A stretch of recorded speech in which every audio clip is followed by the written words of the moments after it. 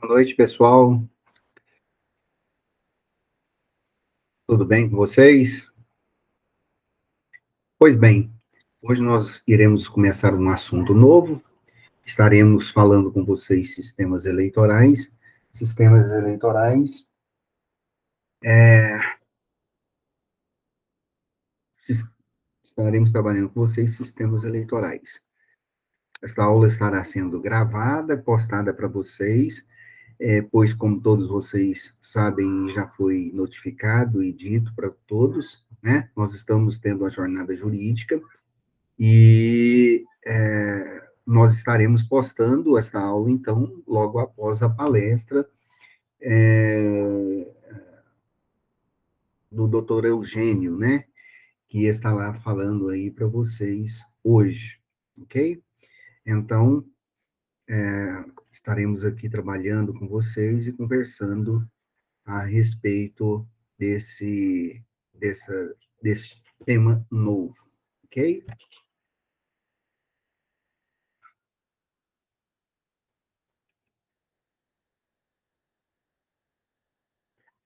Só um instante, por favor, vou pegar aqui, porque a bateria está acabando.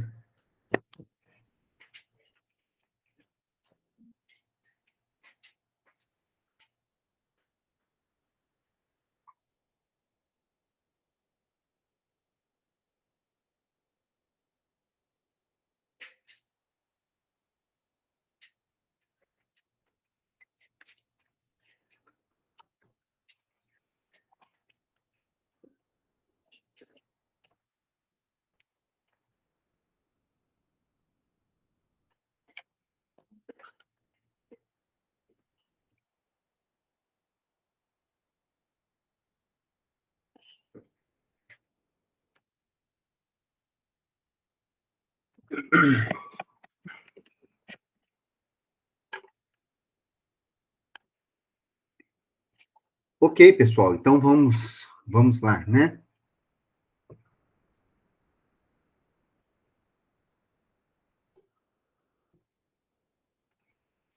Nós vamos falar com vocês sobre sistemas eleitorais, né? Sistemas eleitorais é um conjunto de técnicas, né, utilizadas na organização das eleições, que visa estabelecer aí critérios necessários para que os candidatos vencedores e participantes do processo eleitoral eles ocupem determinadas cadeiras dentro da Câmara dos Deputados, nas Assembleias Legislativas e nas câmaras municipais, né?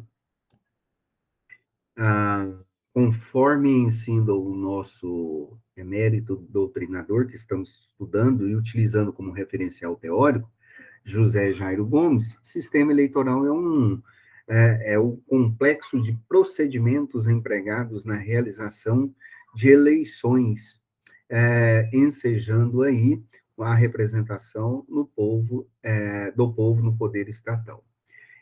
Isso está escrito no livro lá de Direito Eleitoral, postado para vocês nos grupos e postado também no Moodle, né?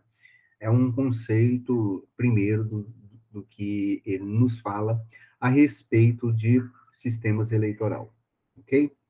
Bem, mas para nós entendermos o funcionamento de um sistema político de um país, é fundamental entender o sistema eleitoral, pois o sistema eleitoral, ele é o resultado das eleições e está diretamente ligada a regras eleitorais.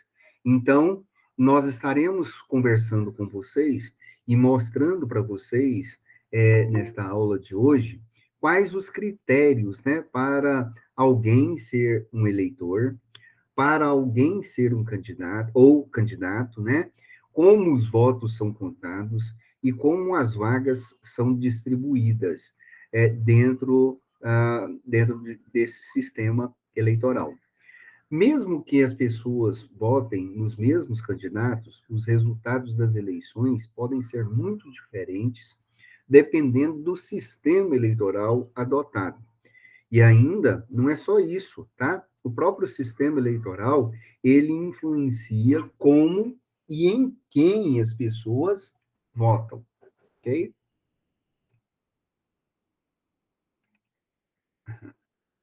ah,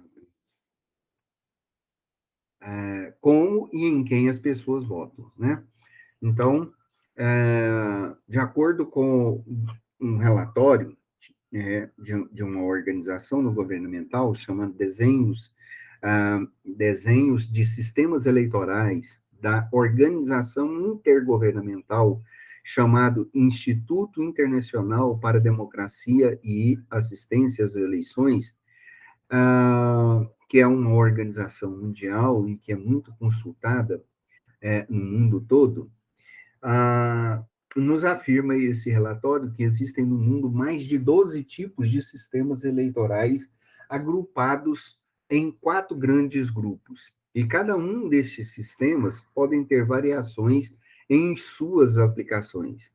Existe, então, uma quantidade muito, muito grande de maneiras de se realizar uma eleição.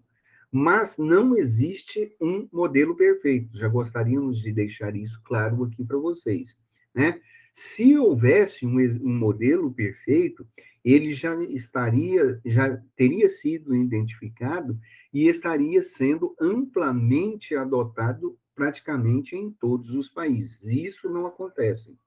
Todos os modelos eleitorais acabam gerando algum tipo de distorção ou problema, e o objetivo deve ser o de adotar um mais adequado para cada sociedade e para cada representação desejada, né?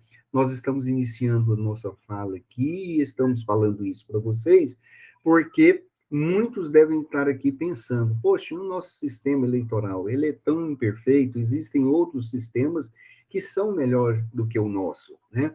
São melhores do que o nosso. Bom, não é essa a ideia e não é nesse prisma que nós temos que pensar sobre os sistemas eleitorais, pois ele é muito variado na medida em que eles vão se interrelacionando e se interdependendo uns dos outros. Portanto, cabe democraticamente cada país, né, encontrar aí o melhor modelo, tá? Encontrar o melhor modelo e aprimorar o tempo todo o seu próprio sistema eleitoral para evitar qualquer tipo, então, dessas distorções ou problemas dentro do sistema eleitoral. Pois bem, mesmo assim, ainda surge uma armadilha, vamos dizer assim, e que nós brasileiros o tempo todo insistimos em cair, né? Nós gostamos de adotar sempre sistemas eleitorais de países é, é, de, é, de países com um sistema político mais maduro, ou seja, um país com mais tradição democrática, como os Estados Unidos, Inglaterra e França, como se isso fosse resolver o problema.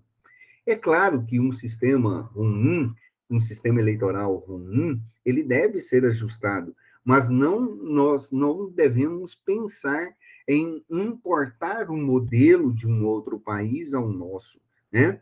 Pois achando que vai resolver o problema.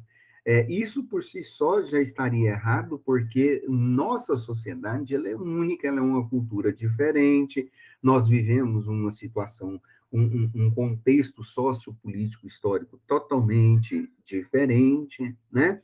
E nós temos realidades políticas e realidades sociais totalmente únicas ao nosso próprio país, bem como também são em outros países, Estados Unidos, Inglaterra e França, como nós acabamos de citar aqui, são países que também têm suas peculiaridades políticas, né? E as suas características específicas culturais. Então, não dá para adotar tudo e importar tudo e adotar tudo dentro do nosso país, tá? O melhor sistema eleitoral, já de antemão, podemos dizer assim, e isso reflete muito a opinião do professor, é que o sistema eleitoral mais adequado é aquele que melhor funciona aqui. E que provavelmente é este mesmo que é o que nós temos, né?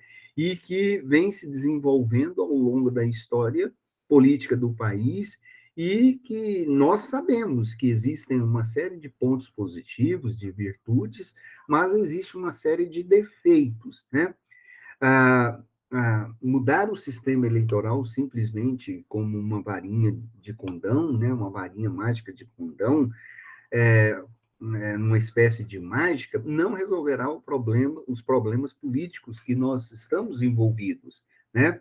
Esses problemas vão muito mais além de como os candidatos são escolhidos e passam por questões muito mais complicadas e estruturais também, né? Ah, é claro que nós devemos discutir aí todos os sistemas eleitorais existentes, e essa discussão, mesmo assim, é muito ampla, não caberá num livro ou não caberá especificamente numa hora tão apertada como nós temos dentro do curso nosso de Direito Eleitoral, né, que é um curso introdutório, e por isso nós estaremos aqui estudando com vocês nesta aula e provavelmente na próxima também, os sistemas mais utilizados aqui no Brasil, que é o sistema majoritário e é o sistema proporcional, conhecido como proporcional de lista aberta. O sistema majoritário, ele é utilizado aqui no Brasil para eleger os chefes do executivo. Quem são eles? São os presidentes, são o presidente da República, os governadores, os prefeitos e os senadores. Já no sistema proporcional de lista aberta, é utilizado para eleger os deputados federais, os deputados estaduais, distritais e vereadores, né?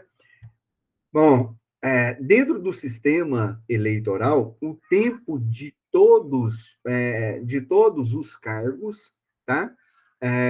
O tempo de mandato de todos os cargos é de 4 anos, com exceção dos senadores, que têm 8 anos de mandato e que cobrem, basicamente, 2 legislaturas.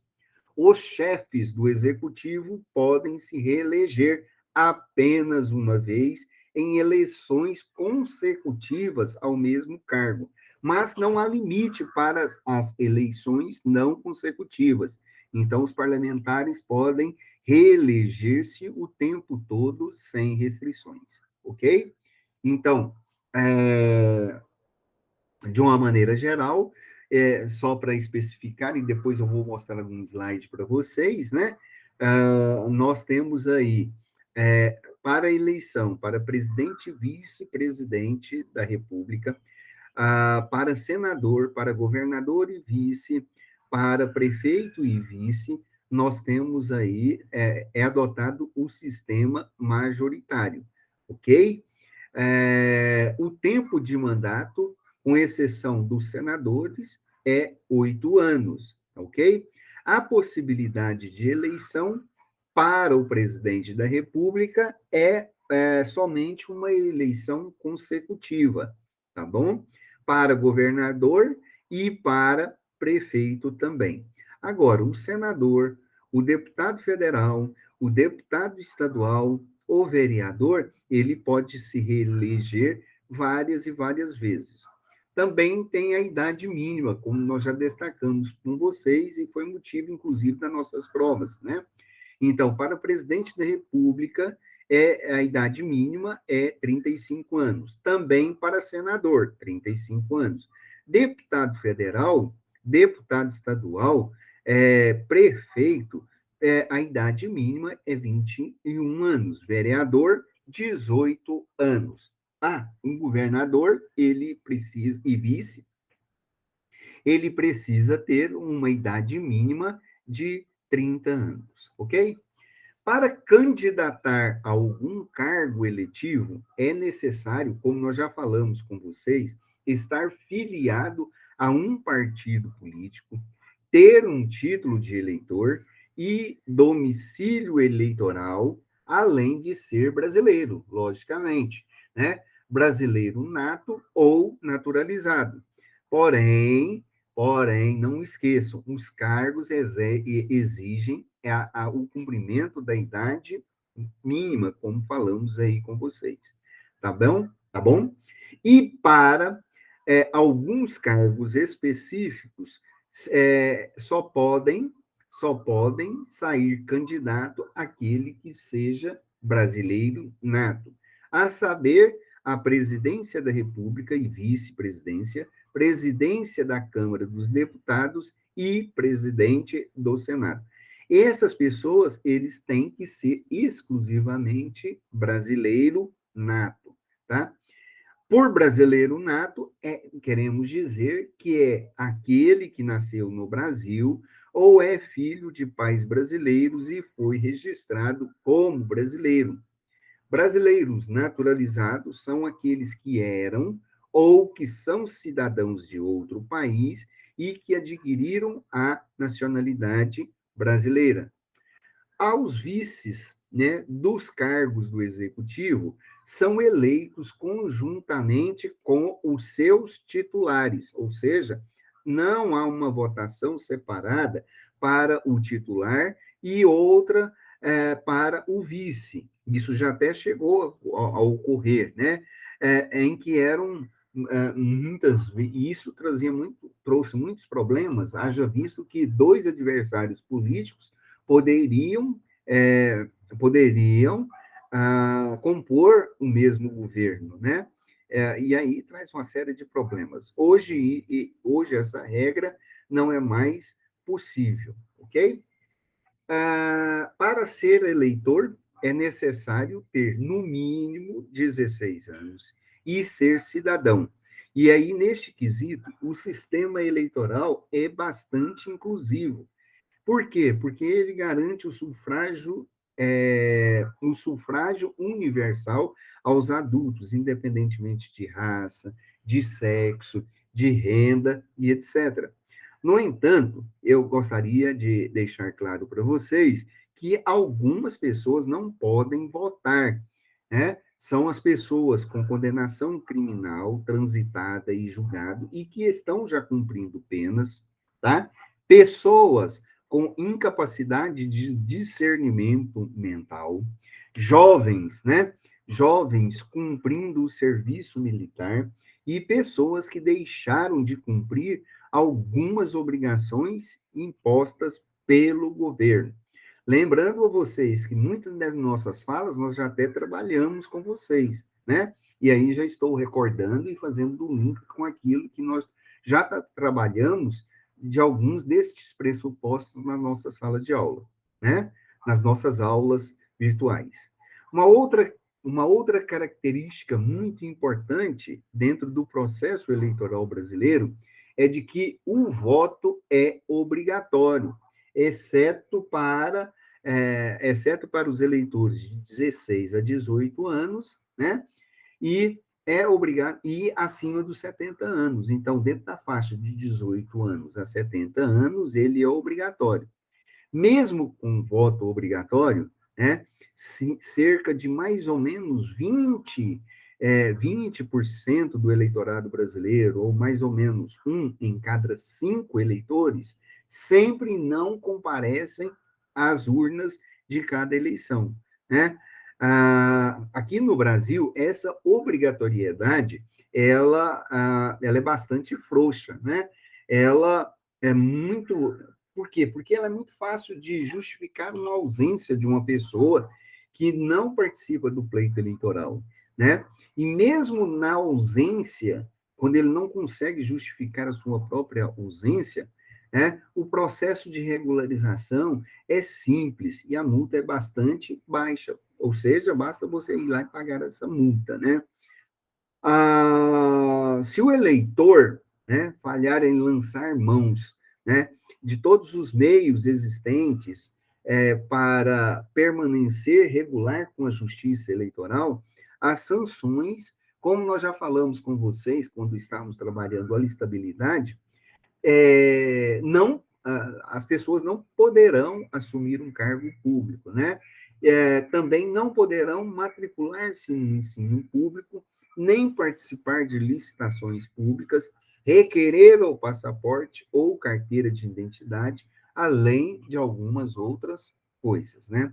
Então, sobre essa questão da obrigatoriedade do voto, nós sabemos que é um assunto bastante polêmico e até contraditório, De um lado, nós temos aí algumas pessoas que defendem que votar é um direito e não um dever, e que o voto facultativo afastaria as pessoas que não estão interessadas na política, o que,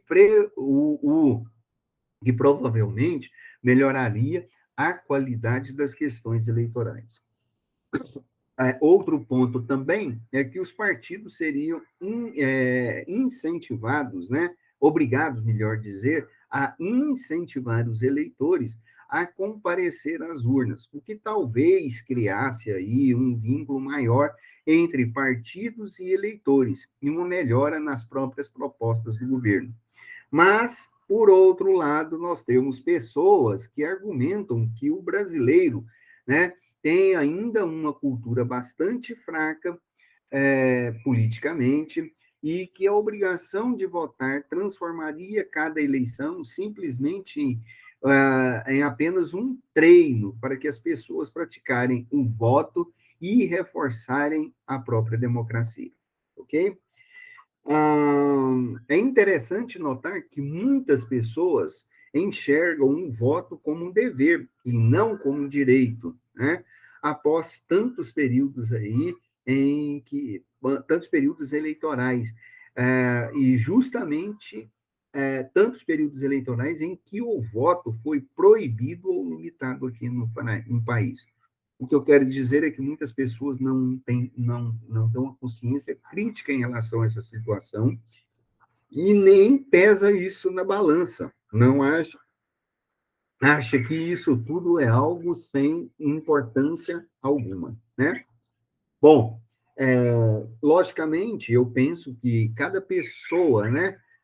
Cada pessoa que não percebe que o voto é importante, desculpa, talvez, aliás, ah, eu percebo, talvez, que muitas pessoas, né, não enxergam que o voto ele traz uma mudança e ele conecta, vamos dizer assim, a vida das pessoas à sociedade, né? Tem gente que pensa que adota aquele seguinte ditado que é muito utilizado na nossa sociedade, na nossa cultura, nos nossos dias.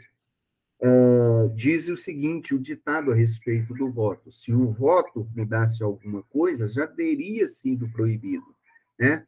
Mas o fato é que muitas pessoas esquecem que o voto foi e é proibido até hoje em muitas partes do mundo. E é um sinal de que ele não é tão consequente assim como alguns ficam afirmando. Em todo caso, né, gente, o fato é que quando se analisa a participação do eleitorado em países aí com voto facultativo e com voto obrigatório, com diferentes maturidades, vamos chamar assim, democráticas e políticas, a conclusão é que há uma relação clara entre a obrigatoriedade e o comparecimento às urnas. Há países em que o voto facultativo, cuja participação supera os de voto obrigatório, e vice-versa, né? Um exemplo notável disso, né, e recente, foi o que aconteceu na eleição de 2010, 12, na França, se eu não me engano, que registrou aí 54% no primeiro turno e depois 49% de abstenção na eleição. 54% no primeiro turno e 49% no segundo turno. Tá? Então, portanto, bem razoável a gente concluir que há uma série de outros fatores que levam as pessoas às urnas, e não somente a obrigatoriedade do voto. O interesse em votar, assim como vários outros aspectos da democracia e da própria política, é mais dependente da cultura, da mentalidade das pessoas, do que qualquer regra ou lei que está escrita em um papel. Ok? No entanto, o voto obrigatório, sobre o voto obrigatório, o eleitor não o eleitor pode não escolher candidato algum, votando em branco, né? Ou apertando branco na urna eletrônica, ou anulando o seu voto, selecionando, por exemplo, um número não existente e apertando confirma na urna eletrônica. Ou seja, ambas as opções não são contadas como votos válidos e não afetam o resultado da eleição, ok? Os votos em branco antigamente contavam para o candidato mais votado, mas hoje não é mais assim. Também há um mito que se corre aí, que né, sempre aparece em cada eleição, que afirma que metade dos votos nulos, outra eleição será convocada com candidatos diferentes. Esta ideia não tem base em lei nenhuma, tá? E aí nós fazemos um apelo para vocês para ler o capítulo de José Jairo Gomes em Direito Eleitoral, especificamente o capítulo de sistemas eleitorais que diz sobre isso, ok? Outro ponto a se destacar, e interessantes do processo eleitoral brasileiro, é a formação das coligações partidárias, que são aí a união de dois ou mais partidos que participam de uma eleição como se fosse um único partido, né? Ou seja, que apresentam aí conjuntamente candidatos e têm votos computados como se fosse um único partido, tanto para as eleições majoritárias quanto para as eleições proporcionais, tá?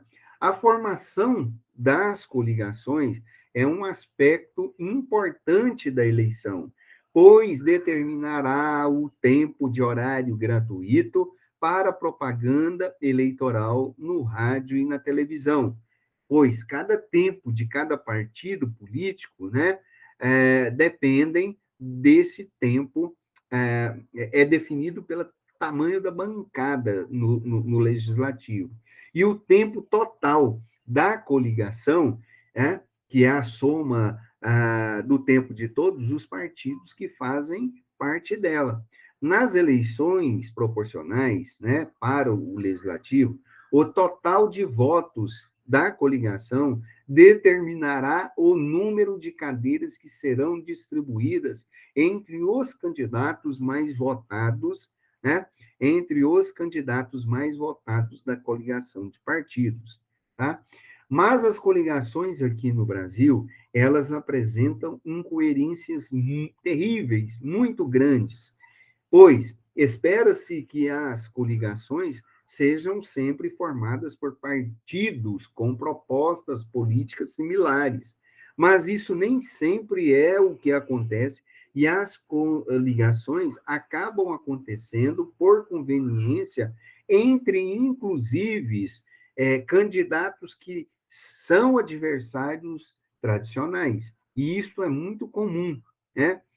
Além disso, muitos partidos políticos fazem parte da mesma coligação nas eleições federais. E os mesmos poderão ser adversários no âmbito local. E aí gera uma confusão. Então, no âmbito federal, se apoia um determinado candidato, mas no nível estadual, a nível local, né? Mais a nível estadual ou a nível regional, então nós temos aí uma confusão muito grande, ok? Bem, o sistema, nós temos então, como nós falamos, o sistema majoritário e o sistema proporcional de lista aberta adotado aqui no Brasil. Como já falamos, o sistema majoritário é adotado aqui no Brasil para as eleições do Poder Executivo e para as eleições dos senadores. Nesse sistema, o vencedor do cargo eletivo será aquele que irá receber a maioria dos votos, podendo ser uma maioria absoluta ou relativa. No Brasil, as eleições sempre, na maioria bom, na maioria não. Aqui no Brasil, as eleições ocorrem em 2 turnos, né? Para os cargos de presidente da República, governadores do Estado e Distrito Federal, além dos prefeitos. Aonde? Nos municípios que tenham mais de 200 mil habitantes. É 200 mil habitantes, não eleitores, tá? E para os respectivos vice. E será sempre vencedor, já no primeiro turno, o candidato que receber a maioria absoluta dos votos. Não computados, logicamente, os votos brancos e nulos, ou seja, 50% mais um. Caso, isso está escrito no artigo, né? No artigo 28, no caput, no artigo 29, inciso, parágrafo 2º da nossa Constituição, tá? O artigo também 77, parágrafo 2º da Constituição lá de 88. Aí, se isso não ocorrer, passarão, então, para o segundo turno os 2 candidatos mais votados e sairá vencedor aquele que obtiver a maioria dos votos válidos. E isso também está escrito no artigo 77, só que agora num parágrafo 3º da mesma Constituição, né, da Constituição de 88.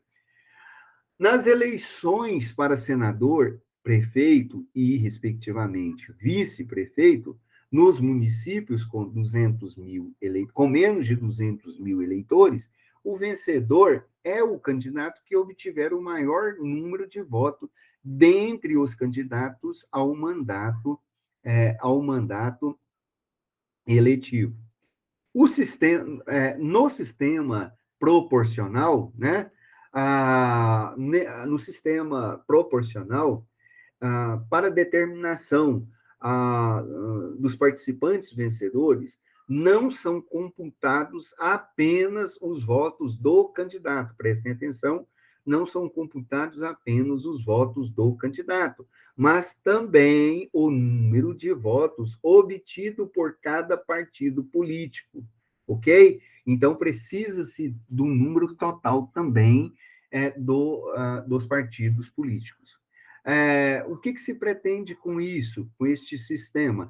Se pretende diluir o poder, literalmente, entre os partidos políticos existentes, alcançando uma maior representatividade das minorias, especificamente. O sistema proporcional no Brasil é utilizado nas eleições para os cargos políticos de deputado federal, deputado estadual e vereador. Para deputado federal, vocês podem consultar o artigo 45 da Constituição. Para deputado estadual, vocês podem consultar, se o caso for, o artigo 27 e o artigo 29 para o vereador, né? Para a determinação dos candidatos vencedores aos cargos, né, que nós citamos de deputado federal, deputado estadual, vereador, primeiramente deve-se calcular o coeficiente eleitoral. É uma engenhoca muito bem produzida, né, é, é, aqui no Brasil, tá? Nós iremos mostrar já já o slide para vocês, e aí vocês entenderão mais fácil. Mas a base jurídica do quociente eleitoral está no próprio Código Eleitoral, já no artigo 106. Como é que é obtido este quociente eleitoral? Este quociente eleitoral é obtido a partir da divisão do total dos votos válidos. Vejam bem, é obtido da divisão do total dos votos válidos, né? Vamos imaginar 1.000 votos válidos, né? Divididos em um determinado lugar pelo número de cadeiras a serem preenchidas em determinada casa legislativa, como, por exemplo, na vereança, na Câmara dos Vereadores, 21 vereadores aqui em Anápolis, né? Então, seria pegar o número de total de eleitores, número hipotético, sugerir agora 1.000 eleitores, e divide-se por 21. Nós teremos aí um resultado de 49, 48, né, de cabeça, mais ou menos, seria a quantidade de votos que cada eleitor precisaria ter para assumir o cargo. Logicamente, assumiria este cargo quem é que receberia mais votos, tanto no número da sua eleição direta, bem como dos partidos políticos que estão ali coligados. No artigo 106 do Código Eleitoral, melhor dizendo, diz o seguinte: determina-se o quociente eleitoral, dividindo-se o número de votos válidos, apurados pelos lugares a preencher em cada circunscrição eleitoral, desprezada a fração igual ou inferior a meio, equivalente a 1, se superior, né? Então, se der um número quebrado, você arredonda ele, né? E depois vai se apurar o número de votos também recebidos por cada partido político ou cada coligação. E aí este número ele deve ser dividido pelo quociente eleitoral. E o resultado é chamado, então, de quociente partidário. Esse resultado do quociente partidário será o número de cadeiras que o partido elegerá em cada casa legislativa. Então, digamos que um determinado partido alcance 5 cadeiras. Então, os 5 mais votados dentre o partido, mais a coligação, assumirá o cargo na casa legislativa do qual a pessoa escolheu, ok? Ok? Ah, bom, o quociente eleitoral. E se um quociente eleitoral não for alcançado por um partido, né? Se ele não for alcançado pela coligação do partido, então ele não elegerá nenhum representante para a casa legislativa do qual ele concorreu.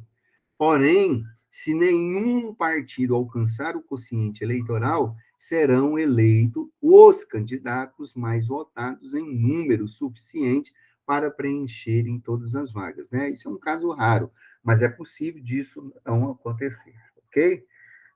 Ok? Ah, Artigos 106, 107, 108, 109 do Código Eleitoral, ele trabalha muito bem essa questão, ok?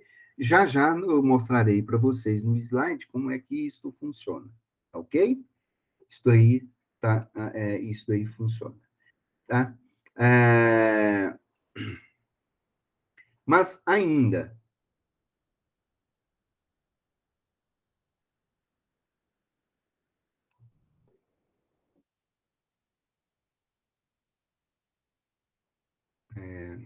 sobre o sistema majoritário, sobre esses sistemas eleitorais, podemos, tranquilo se entender, né, entender aí o sistema eleitoral, é muito fácil de entender o sistema eleitoral majoritário, né? Na prática, o candidato no sistema majoritário, o candidato que recebeu maior quantidade de votos é aquele que é eleito, né? Se tiver um empate, né, vence aquele candidato que tem maior idade. Então, é um sistema em que o sistema majoritário é um sistema em que o vencedor leva tudo, né? Não há qualquer prêmio para o segundo lugar, ok? Para as eleições do município, com menos de 200 mil eleitores, então, acontece de maneira muito simples e pode ser observado tranquilamente, né? Mas, para outros cargos no executivo, como presidente da República, governadores e prefeitos, com cidades com mais de 200 mil eleitores, a grande diferença é em que há a possibilidade de um segundo turno, né? Ah, e, diferentemente do que pensam muitos eleitores, o segundo turno não é um prolongamento inútil da eleição, que obriga o eleitor a ir às urnas novamente em poucas semanas, né? Tem muita gente que pensa assim: ora, o segundo turno ele é importante, tá? Para confirmar a decisão dos eleitores. pois um candidato que está em segundo turno ainda pode vencer as eleições no segundo turno, se os eleitores dos demais candidatos desclassificados, por exemplo, votarem nele e rejeitarem o candidato que estava em primeiro lugar, né? É claro que em um segundo turno se torna desnecessário quando o candidato líder, né, tem a maioria absoluta dos votos, ou seja, metade mais um dos votos válidos, né? Pois, por que isso? Porque se considera que os eleitores que votaram nele no primeiro turno também votarão nele no segundo turno, e assim mesmo, todos aqueles eleitores que não votou nele, votasse no candidato adversário, não seria possível derrotá-lo. Por isso que é importante o segundo turno, tá? A existência de um segundo turno dá maior liberdade ao eleitor. No primeiro turno, ele sente-se livre para votar no partido, na ideologia em que quiser, sem receio de que o seu voto será inútil. Pois este eleitor, ele sabe que haverá uma segunda chance, né, para ele decidir o resultado final da eleição. O que isso acontece? O que acontece na prática, né? Na prática, isso tudo significa que no primeiro turno costuma haver uma ampla gama de partidos políticos e candidatos, tá? Em quase todo o espectro político, tá? E isso é até desejável dentro da democracia, como já falamos também para vocês em outra oportunidade. E então as pessoas vão se sentindo confortáveis em votar em qualquer uma dessas pessoas. E isso acaba refletindo de forma mais fiel a própria política da sociedade. Mas também, por outro lado, o segundo turno quase sempre cria necessidade de partidos finalistas, criarem determinadas alianças políticas com os partidos que já foram desclassificados, pois esses partidos, e mesmo sendo desclassificados, tendo sido desclassificados, né, vencidos, eles ainda têm uma grande quantidade do eleitorado, né? Esse eleitorado é muito fiel a um grupo de partidos políticos, né?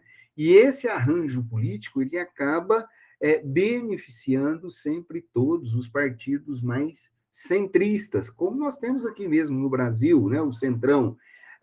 Esses partidos, eles são capazes aí de atrair para, para o centro eleitores aí, tanto das extremas esquerda ou extrema direita, né? E cria uma espécie de tendência, tá?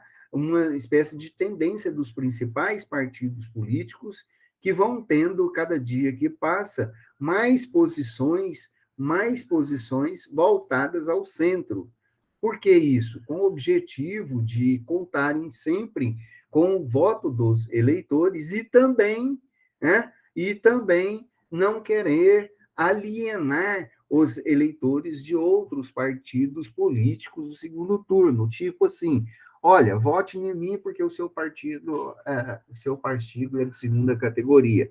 Vote em mim para você não para você não tornar o seu voto inútil, e assim por diante, né? É, Já num sistema, tá bom? Onde não existe um segundo turno, com a possibilidade de decisão entre dois finalistas, ocorre justamente o contrário, né? E no sistema, e isso acontece muito no sistema bipartidário, né? Onde apenas dois partidos políticos, literalmente, têm chances reais de vencer uma eleição, né? E as pessoas receiosas de seu voto não influenciar na decisão final optam pelo voto útil e escolhem somente candidatos com chance de vitória, reforçando sempre a hegemonia deles no cenário político e excluindo qualquer chance de vitória dos partidos do mesmo, ok? Para as eleições dos senadores, nós temos uma peculiaridade muito interessante, né? A casa, ou seja, o Senado Federal é eleito parcialmente a cada eleição, com um terço com renovação em cada eleição de um terço dos senadores, quer dizer, renovação deles, um em cada três sai, e na outra eleição, dois em cada três sai, né, dos senadores, sendo eleitos alternadamente em eleições consecutivas. E é eleito o senador mais votado em uma eleição e dois senadores mais votados na eleição seguinte. A eleição para senador não tem segundo turno e é realizada por estado, né? Ou seja, não é possível votar num candidato a senador de um estado diferente, ok? Bom, e nós temos aí o sistema proporcional. O sistema proporcional, e reforçando aquilo que nós já falamos, ele é mais difícil de entendimento, mais obscuro para a população, pois ele exige um conhecimento maior das regras e da realização de algumas contas, né? Para determinar quem são realmente os eleitos. Então, o sistema adotado no Brasil é um sistema proporcional, chamado sistema proporcional de lista aberta. Este sistema é usado para eleger deputados federais, deputados estaduais, distritais e vereador. Tá? Neste sistema, as cadeiras no legislativo são distribuídas proporcionalmente aos votos obtidos por cada eleitor, é, a, a, por cada candidato, né? Independentemente da vontade individual dos candidatos, tá? Então, se um candidato conseguiu 20% dos votos válidos para a Câmara dos Vereadores, por exemplo, este ficar com 20% de cadeiras que deverão ser distribuídas entre os seus candidatos a vereadores, na ordem do candidato mais votado para o menos votado, tá? Como nós já falamos, este conceito, né, é um conceito que exige uma certa complexidade, né? E exige-se que calcula um quociente eleitoral, que nada mais é do que a própria quantidade de votos válidos obtidos na eleição para o parlamento, dividido pela quantidade de cadeiras que estão sendo disputadas. Este coeficiente determina a quantidade mínima de votos necessários, como nós já falamos para vocês, para que um partido assume pelo menos para que ele assuma, para que cada partido político assuma pelo menos uma cadeira na Casa Legislativa, né? Os partidos com número de votos inferior ao quociente, eles não participam do parlamento ou da Câmara Legislativa, né? Da Casa Legislativa. Então, a quantidade dos assentos de cada partido é determinado dividindo-se o voto, né, do partido político pelo quociente eleitoral. E aí arredonda-se o número obtido, ok? Nós não vamos entrar nesse detalhe aqui agora. Como é que funciona esse código eleitoral? Como eu disse, nós vamos apresentar para vocês os slides e vamos demonstrar isso por vocês pelo slide. Fica muito mais fácil, ok? Bom, no sistema de proporcional com lista aberta, né, é possível votar em candidatos e também é possível votar na legenda de um partido, bastando digitar aí o número do partido político na urna eletrônica e depois confirmar, né, no momento em de escolher o parlamentar. O voto na legenda é contado como voto em favor do partido político. E isto é muito importante para o cálculo do quociente eleitoral e a determinação do número de assentos ocupados por cada partido político, né? Mas como o voto não foi para um candidato específico, no momento de determinar os candidatos mais votados para ocupar determinados assentos, o voto de legenda não tem serventia para os candidatos. O voto de legenda é interessante quando houver o eleitor é, que tem quando o eleitor, né, ele tem uma simpatia por algum partido político, mas não conseguiu ou escolher um candidato, ou não quer escolher esse mesmo candidato, né? É, o sistema de listas proporcional, o sistema proporcional de lista aberta, ele gera distorções que são frequentemente lembradas sempre ao final das eleições, ou sempre ao final dos resultados das eleições, quando eles são divulgados, né? Uma dessas distorções é que muitos parlamentares conseguem ser eleitos com um baixo número de votos, enquanto outros, né, são muito bem votados e não conseguem um assento nas câmaras legislativas. E isso é frequente? Sim, isso é frequente. Isso acontece porque isso acontece sempre porque os partidos, né, grandes geralmente conseguem muitos votos e com muitas cadeiras e acabam conduzindo literalmente o parlamento e acabam conduzindo ao parlamento alguns candidatos com poucos votos, né? Além do mais, os partidos pequenos, que têm poucos candidatos, conseguem um total de votos menor e que muitas vezes não é suficiente para conseguir um único assento, mesmo que o candidato mais votado tenha conseguido um número expressivo de votos, maior, inclusive, do que o próprio quociente eleitoral. Bem, esta lógica que estamos dizendo para vocês leva a algumas práticas conhecidas aqui no Brasil. Uma delas, os partidos lançam um número elevado de candidatos para conseguir agariar o maior número possível de votos, mesmo que um candidato só consiga votos em seu território especificamente, e não tem a mínima chance de ser eleito. A sua capacidade de conseguir votos dentro daquela localidade já é forte o suficiente para que o partido político interesse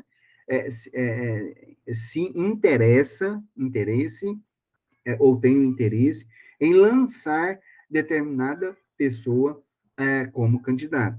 O resultado é um número muito grande sempre de candidatos, que na maioria das vezes são muitos despreparados, sem qualificação alguma, além de serem populares em sua região, o que aumenta significativamente os custos de uma eleição. Ok? Outra incoerência, né, outro passo desta lógica do sistema proporcional, né, é que os partidos políticos eles contratam, entre aspas, candidatos que são chamados também, entre aspas, de puxadores de voto. Normalmente, quem são os puxadores de votos? Normalmente são pessoas com algum tipo de fama anterior à vida política, como artista, jogador de futebol, né? Ah, nesse caso, ou pode ser até um político polêmico que tem um eleitor cativo, né? Tal, por exemplo, como o Bolsonaro. Ele é um político é, bem difícil, né? Ele é um sujeito que tem aí, é, talvez, não sei, uma incoerência em ato e prática, né? Mas não interessa. O fato é que ele tem, muitas pessoas votam nele e ele agrega uma quantidade muito grande de votos, né? E esses votos deles são tão grandes que, inclusive, nas últimas eleições, além de eleger o Bolsonaro, além de eleger para a própria presidência da República, ele apoiou, e o seu partido, o PSL, apoiou muitos candidatos, inclusive candidatos muitos candidatos de vários outros partidos adversários, né? Então, isso é comum. Então, nós temos candidatos a puxadores de voto, que são essas pessoas, como nós falamos aqui, eles são essas pessoas que lançadas a candidatos, né, para eleger aí ah, vários outros candidatos simultaneamente, né? Ah, para regular o sistema proporcional, né? Pelo menos em certa parte, no que diz respeito às características indesejável ao sistema eleitoral proporcional, a reforma eleitoral de 2015, na sua lei 3.165, né, de 2015, prevê uma série de mudanças, né? Mas ele, acima de tudo, determinou que um candidato, para ser eleito, deve conseguir uma quantidade de votos ao menos de 10% do quociente eleitoral, né? Então, as vagas preenchidas em razão de não haver mais candidatos, com esta quantidade mínima de votos, serão distribuídas em outros partidos. Esta mudança que houve garante que os eleitos tenham uma representatividade mínima, né, para atuar no parlamento, tá? Ah, Bom, existe um sistema que é muito falado aqui no Brasil e muito utilizado no mundo todo, né? E de tanto que é falado, já se discutiram em outras ocasiões, e ainda existem muitos defensores que defendem um outro sistema proporcional, um outro tipo de sistema proporcional, chamado sistema proporcional de lista fechada, né? Este sistema é frequentemente sugerido, então, para ser adotado aqui no Brasil. Nesse sistema, a distribuição de cadeira entre os partidos é igual, mas a distribuição dela entre os candidatos de um partido é sempre diferente, tá? Antes das eleições de cada partido, antes de cada eleição, cada partido, né, eles elaboram, tá, uma lista com candidatos e dispostos aí na ordem a ocupar determinadas cadeiras conseguidas pelo partido, e nas eleições as pessoas votariam somente nos partidos e não mais nos candidatos, né? Então, vamos supor que nós tínhamos Joãozinho, Pedrinho, Maria, Josézinho, Huguinho, né? Fazendo parte aí de um partido político, né? As pessoas não votariam especificamente nem no Guinho, Zezinho e Luizinho, mas votariam aí no partido político em que o Guinho, Zezinho e Luizinho estão inseridos ali, tá? Então, nesse sistema proporcional de lista fechada, né? Bom, antes de mais nada, como é que isso se dá? Elabora-se uma lista, né, de candidatos é, é, fechados, né? E então as pessoas então deverão votar aí nesses candidatos com a lista aberta, tá? Nesse sistema, é, é, a tendência, né, é de ter uma quantidade bem menor, mas bem menor mesmo, de candidatos.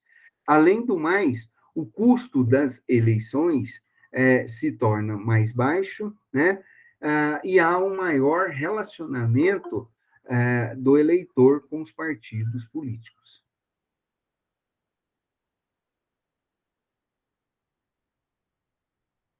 Gente, nós estamos aqui gravando a aula, né? Mas ainda tem alguns alunos que não prestaram atenção nos avisos. nós estamos tendo jornada jurídica, né? Por isso que nós não estamos disponibilizando, por isso que a aula não está sendo aberta para todas as pessoas, ok? Então, a lista fechada já está definida, né? Já está definida, e então há uma série de fatores, como o custo das eleições, relacionamento maior dos partidos políticos e etc., onde as pessoas, então, são eleitas, tá bom? Ah, Ainda no sistema de lista fechada, as pessoas muitas vezes podem ressentir-se de não escolher, né, determinados candidatos, chamados candidatos seus especificamente, né? Além disso, ainda corre o risco dos partidos escolherem candidatos impopulares para chegar ao topo da lista, né? Uma variação desse ah, sistema proporcional de lista fechada, é o que apresenta as características de ambos, né? De ambos, que eu digo, ah, é, de lista aberta e lista fechada, mas e ele é chamado de sistema proporcional em dois turnos, tá? Ainda não é utilizado no Brasil, mas seria muito interessante se isso fosse adotado aqui no Brasil. É literalmente uma variação do sistema em lista aberta e lista fechada, né? E nesse tipo de sistema ou esquema, as pessoas votam nos partidos no primeiro turno, o que define a situação das cadeiras, e no segundo turno, os eleitores votam em candidatos de cada partido, que são apresentados em uma lista com o dobro de nomes em relação às cadeiras conseguidas no primeiro turno. Esse sistema incentiva a cooperação de candidatos da mesma legenda, eleva a uma relação maior dos eleitores com os partidos, e vai permitir, num segundo momento, o relacionamento do eleitor com o candidato, tá bom? Um outro sistema frequentemente sugerido para ser adotado aqui no Brasil é o do voto distrital, né? É o do voto distrital. Este voto distrital é um sistema do tipo majoritário. Ele não é um sistema proporcional, tá? Esse sistema do voto distrital, ele é usado nas eleições, por exemplo, de países como os Estados Unidos, aí desde a fundação da República Norte-Americana, né? E o uso deste sistema de voto majoritário nos informa muitas coisas, dentre elas, né? Dentre elas, nós destacamos algumas, nós podemos destacar algumas coisas. Por exemplo, as eleições para os legislativos, elas são realizadas em áreas pré-definidas, e essas áreas são chamadas de distrito, né? Onde ali deverá haver sempre um único vencedor. E aí os distritos devem, idealmente, ter quantidades semelhantes aos eleitores, mesmo que suas áreas geográficas variam bastante entre zonas densamente povoadas e zonas esparsamente populosas. Então, a quantidade dos distritos devem sempre coincidir com o total de cadeiras no parlamento.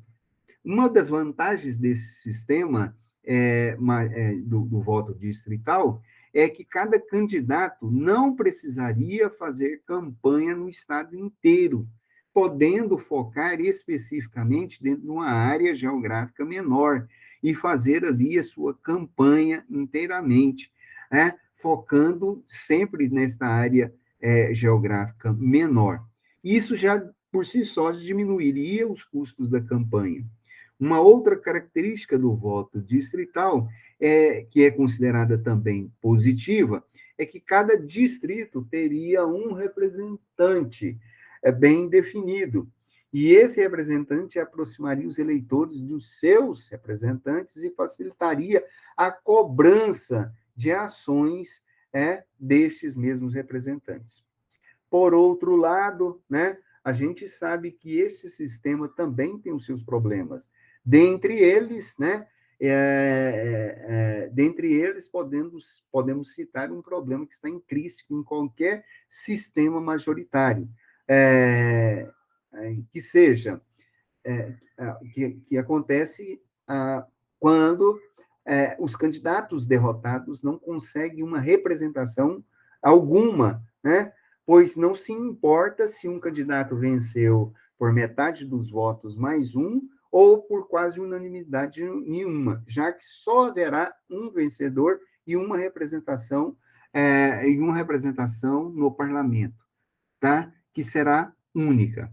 Uma outra crítica que se faz ao voto distrital é que não haveria uma diminuição significativa dos custos eleitorais em relação ao sistema proporcional, pois os candidatos já focam ali a sua própria campanha em áreas eleitorais, e não são muito raros, não, os candidatos ao legislativos fazerem campanhas no estado inteiro ou em grandes áreas específicas.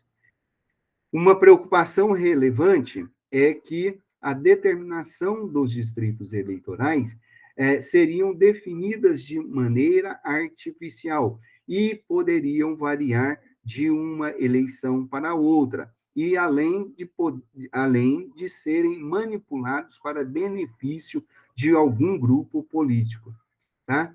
Essa prática acontece muito nos Estados Unidos, sabemos disso, e a manipulação das fronteiras de algum distrito, dos distritos, né, ah, de votação, recebeu um verbo, né, chamado gerrymander.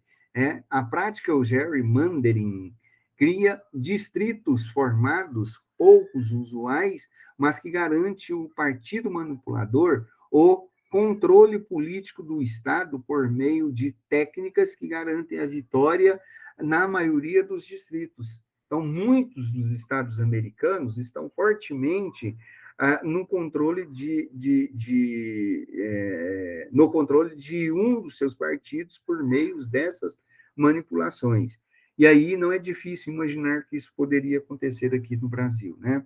Uma outra questão que deve ser pensada também é que as minorias se encontram espalhadas geograficamente, como indígenas, homossexuais, os negros, né? E dificilmente conseguiriam eleger um representante pelo sistema distrital, porque nunca conseguiriam formar uma maioria dentro de um distrito.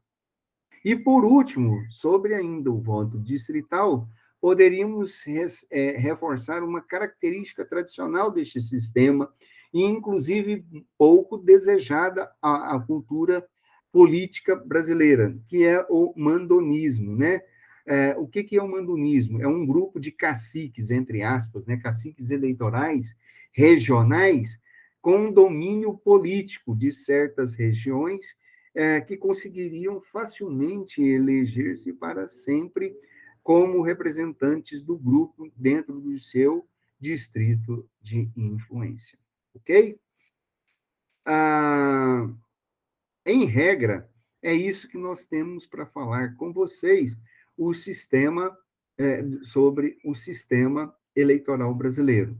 Estaremos aqui postando este vídeo para vocês logo, logo, tá? E aqui vocês deverão ouvi-lo, né, para ter a sua própria presença também, e sabendo que vai cair nas nossas provas. E na aula presencial nossa, né, de forma virtual, estaremos aqui mostrando como é que funciona o quociente eleitoral e mostrando o slide. Slide esse que já está postado nessa semana de aula nossa. Ok? Então, por enquanto, nós queremos agradecer a todos vocês, a todos, tá? Por esta oportunidade. a partidos políticos, basicamente aquela parte de fragmentação partidária que falamos na aula passada, sistemas eleitorais, também também matéria de nossa prova de segunda VA, ok? Outra coisa, estaremos postando para vocês um material, tá? Que vocês deverão procurar aí no portal Moodle de vocês, ok? Então, por enquanto, nós vamos encerrar a nossa gravação e já já estaremos disponibilizando para vocês aí o link, ok? Lembrando também que esta aula para a turma de manhã está servindo como aula de reposição do feriado anterior que tivemos, ok? Então, até mais e um abraço a todos.